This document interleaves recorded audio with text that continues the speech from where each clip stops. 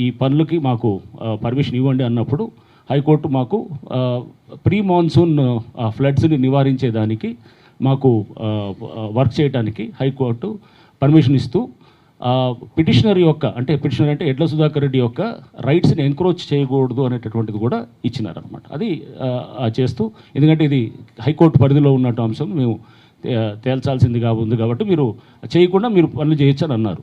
So మేము పనులు చేసాము, ఆ చెరువు పనులు చేసాము, బండ్ క్రియేట్ చేసాము. ఎందుకంటే బండ్ క్రియేట్ చేయాలంటే చెరువు అనేది బండ్ క్రియేట్ చేస్తేనే చెరువు నీళ్ళు అవుతాయి. సో బండ్ క్రియేట్ చేసాము. బండ్ క్రియేట్ చేసిన తర్వాత దాని మీద మేము ఎక్కడ కూడా ఆ బండ్ మీదే చిన్న పార్క్ ప్లే ఏరియా అని కానీ, లేకపోతే అక్కడ ఎక్కడ సెపరేట్గా పార్కులు కూడా తయారు చేసిన లేదు. అది చిన్న 5 ఎకరాల ఇది. దాని మీద మేము కొంత చెట్లు అది అంతా కూడా పెట్టి ఒక దీన్ని తయారు చేసాం.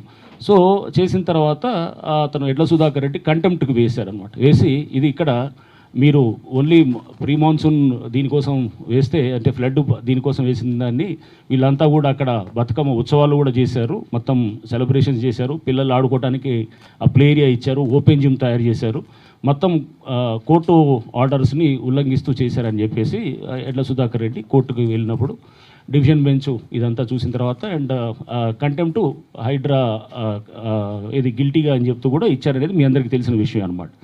సో దాని మీద మాకు ఇచ్చినటువంటి హైడ్రా అంటే ఇది కంటెంప్ట్లో గిల్టీ అనేది అంటే ఇది ఇట్స్ ఇది కంటెంప్ట్ అనే దాని మీద ఏదైతే కనుక మాకు పారా 670 ఆర్డర్ ఉంది కంటెంప్ట్ ఆర్డర్లో, దాంట్లో క్లియర్గా అది ఏదైతే కనుక హైడ్రా స్వాధీనంలో ఉన్నటువంటి సైనేజెస్ కానీ, అంటే ఆ బోర్డ్స్ కానీ, లేకపోతే ఏమన్నా ఇది ఆ టైమింగ్స్ ఇండికేట్ చేస్తున్నటువంటి వాటిని కానీ, లేదా డైరెక్షన్స్ ఇండికేట్ చేసేది కానీ, ఇట్లాంటి అన్నీ కూడా అంటే హైడ్రా ఓనర్షిప్ అనేది కానీ, లేకపోతే పొజిషన్లో ఉన్నట్టు కానీ ఉండేటటువంటి వాటిని తీయాలని చెప్పేసి వారు డివిజన్ బెంచ్ డైరెక్షన్ ఇవ్వడం జరిగింది.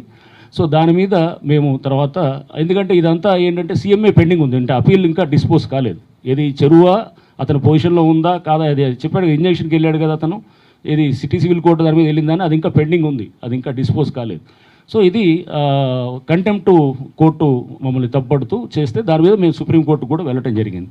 సుప్రీంకోర్టులో కూడా అది వాళ్ళు పారా 6970లో ఉన్నటువంటి అంశాలని మీరు ఫాలో అవ్వండి అని చెప్తే మేము అన్నాం ఈ ఫెన్సింగు గోడ ఇవన్నీ ఉంటే తీస్తే కనుక చుట్టుపక్కల ఉండేటటువంటి పబ్లిక్కి డేంజరస్ అవుతుంది. ఎందుకంటే అది తీసేస్తే కనుక ముందు ఆ బండే కొలాప్స్ అవుతుంది, అది రిటెన్షన్ వాల్ ఉంది. ఆ ఫెన్సింగ్ తీసేయడం వల్ల పక్కన ఉన్నటువంటి క్యాటిల్ కంటే దాన్ని మీరు ఒక అఫిడవిట్ ద్వారా మాకు ప్రజెంట్ చేయండి, మేము తప్పకుండా పరిశీలిస్తామని చెప్పి కూడా సుప్రీంకోర్టు ఆర్డర్స్లో కూడా అది ఇచ్చినారన్నమాట.